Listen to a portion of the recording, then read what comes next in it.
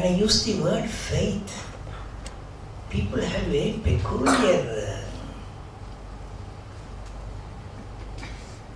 they attribute peculiar meanings to it. Some connotation, I don't know.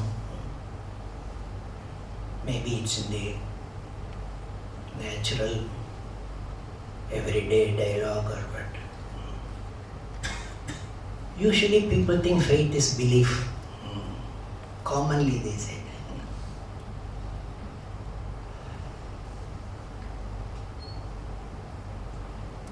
And naturally a belief can be betrayed by anything. Just a twist of time or a twist of circumstances, your belief can be betrayed. Faith can never be betrayed. It is the fundamental foundation of life. I will just go a little further and say it is the foundation of creation. It cannot betray.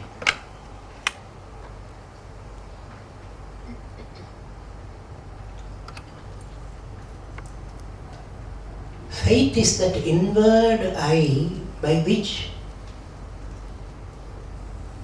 we come to know and accept a thing without actually knowing it fully, without actually seeing it. It is a seeing without seeing. You cannot explain it, you cannot logically support it, but you know it is there. That is what we call Shraddha. So our masters have made it very clear, Shastras have made it very clear. What is Shraddha? Astikya buddhi. Astikya buddhi. Asti. You know, asti in Sanskrit means is. Astikya buddhi, pertaining to what is. So the buddhi knows there is a great good in this. What good I don't know.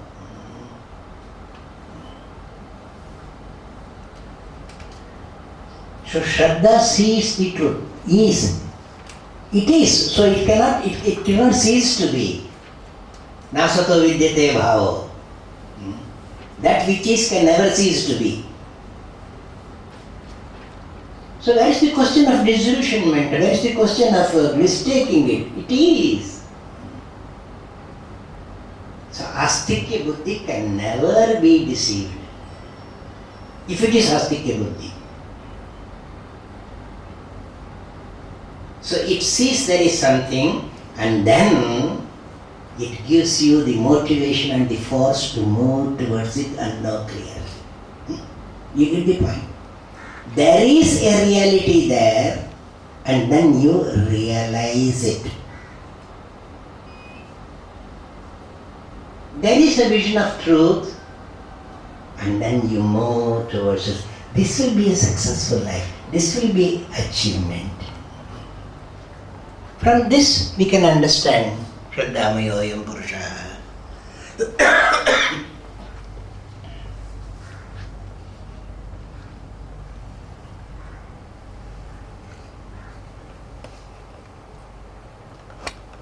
I don't know, even scholars sometimes commit this mistake.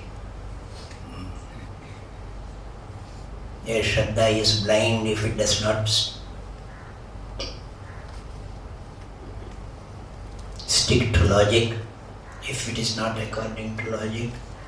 Shraddha knows no logic at all. But it is of such a nature that it can never go against logic. Because what is can never go against logic. Because all your logic is based upon what is it not? You draw your own deduction, induction, all these things. The steps for the tarka is built upon what you see. So logic can never go against Shraddha. But Shraddha does not take help of logic. A child can't do it. So it is beyond logic, but not against logic. Whereas belief can be against logic also. No? That is how you should differentiate. You believe in this man. Why you believe? No reason at all. Maybe because he has a nice tilaka on his forehead.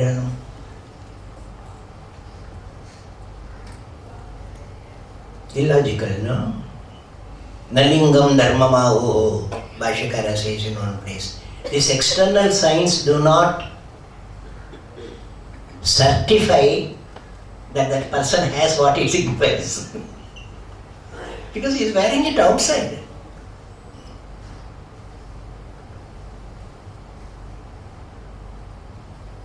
So the story of a man who had a cock with him, some hens also, chicken, but he particularly loved that cock. He called it Pappu. He was so fond of it that when the Pappu died in a road accident, the car ran over it and died. He was inconsolable, devastated. He was telling, now what will happen when Pappu has gone? People said, why are you making such a racket? It's a cock, you can get a... What do you mean it's a cock? What is going to happen to us? Nothing is going to happen. What do you mean? If my Pappu is not there and Pappu does not crow in the morning, the sun will not rise at all. If the sun will not rise, what is going to happen to us? Don't you know that whenever it crows, the sun rises? Now what do you call this? Belief. Unfortunately, many of these sectarian religious beliefs are like that.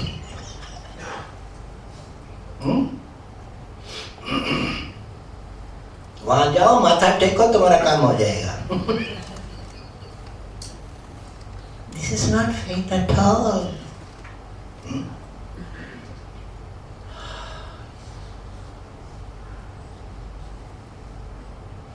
Compared to that, see what the poet says, Rabindranath Tagore. Faith is the bird which sees light and sings when the dawn is still dark. Faith is the bird which sees the light when it is dark and sings. Particularly in Abu, I have felt it, and sometimes even after knowing all this, I used to wonder, at 4 o'clock they start this noise. Of course it's nice, sweet, it's not noise. But why is this bird singing when there is darkness? For me it is darkness, for it is light. It has seen the light and it is singing. We see it later on. The name of that bird is faith.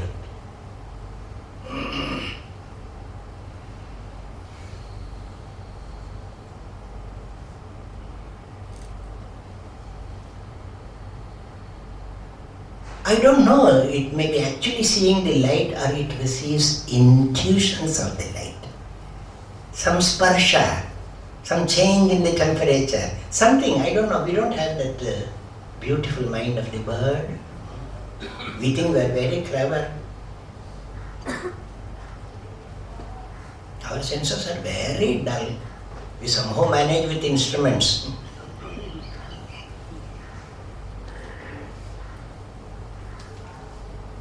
Yes, faith thrives upon intuition.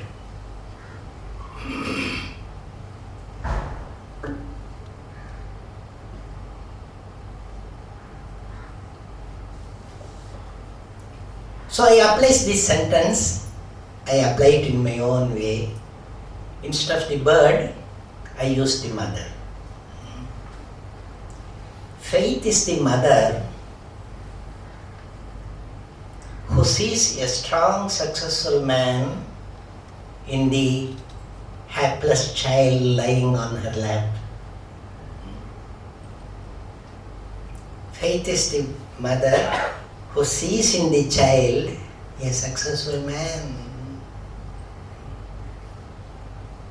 He sees, she sees, and she suckles the child. So when she suckles the child, that faith, this is the beautiful thing, this is the man. He becomes a man. So that faith is fed through the milk of the mother. If the child didn't get that, maybe he will not be successful in spite of all your computers and management courses.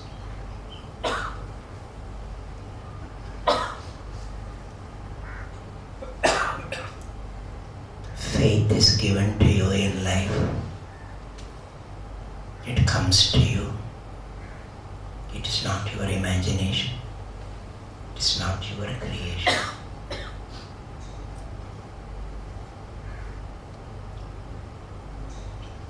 So living in faith comes natural to you because she who gives you life gives you faith. So what is wrong if I say if God created the world, He creates faith for you? Though we don't recognize it, we don't discover it. We will discover. That will be sadhana.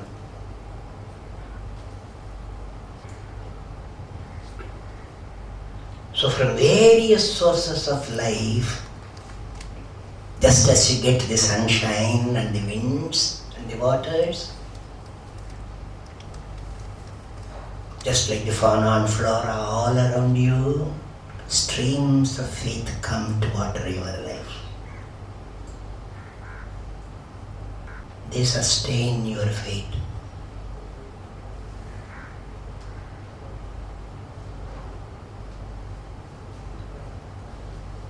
You have to build upon it. Just as you eat your food and then you utilize that energy to grow more food, to discover more things within yourself.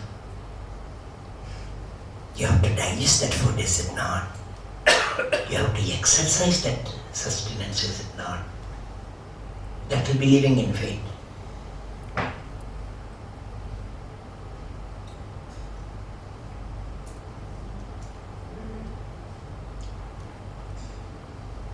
In our tradition, we believe in the changing of ages.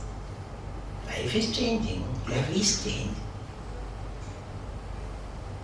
But on a cosmic scale also we find there is an order in the change also.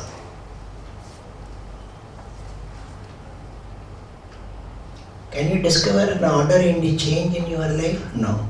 You just live, grow. If you have faith, you will have an order in that also. We believe in 4 ages, is it not? Most of you know. Satyuga. द्वापर में कैसे जाते हो? I told you there is an order. Satya, Treta, Dwapara and oh, so dear to us.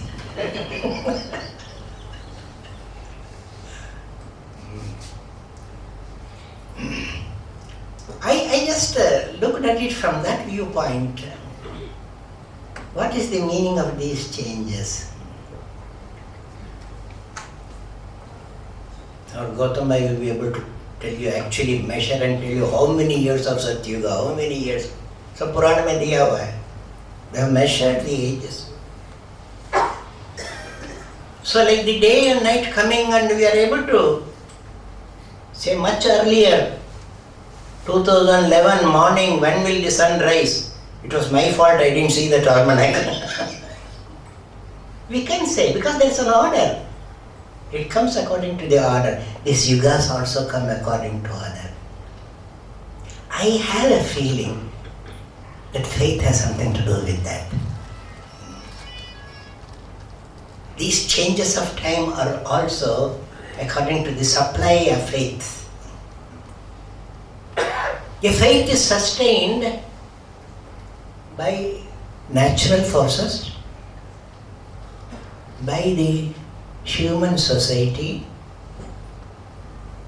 by the griha, the family, the group that is immediately responsible for your life, the family, and if anything goes wrong with this also, there is a ruler, there is a Raja, there is a Neta, there is a Guru.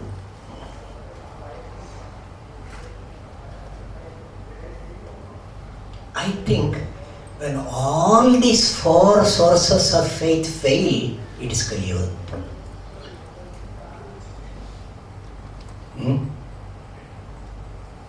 Naturally, elements are all polluted. Society has disintegrated. Where is the house? Young people have started asking, is it necessary to marry?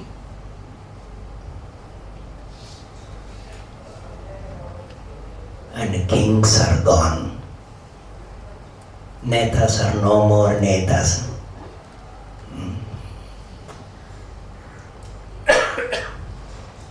They're only gatas. They give you gata. Ya khata. At this time, God has to come by himself hopelessly. Avatara only can come in Kali Yuga. He comes whenever he wants.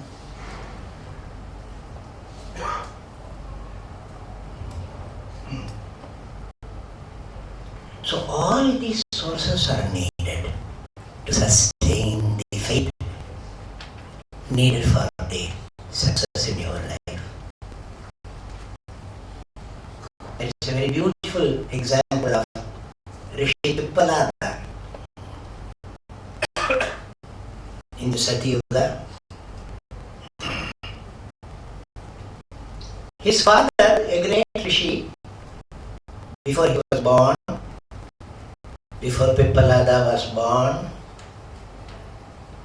his father chose to sacrifice himself for a particular cause of the gods, Deva Hitam. He sacrificed himself. When the Rishi's wife came to know that the gods have come and taken him away, because they wanted his backbone, they've taken away. Indra made Vajra out of it. She fainted, and she was full pregnant, 9 months pregnant at that time. When she came to herself, she did so much vilapa that there was a miscarriage. The baby was born. Right under the peepal tree she was sitting. She gave the child to the peepal tree and said, Ma, hey, Ashwatha, take care of him. He died. She died. That peepal tree took care of the child, suckled it. Therefore he was called Pippalada. He who drank the milk of the people and surveyed. Of course, people came and then brought him up. This is Satyuga.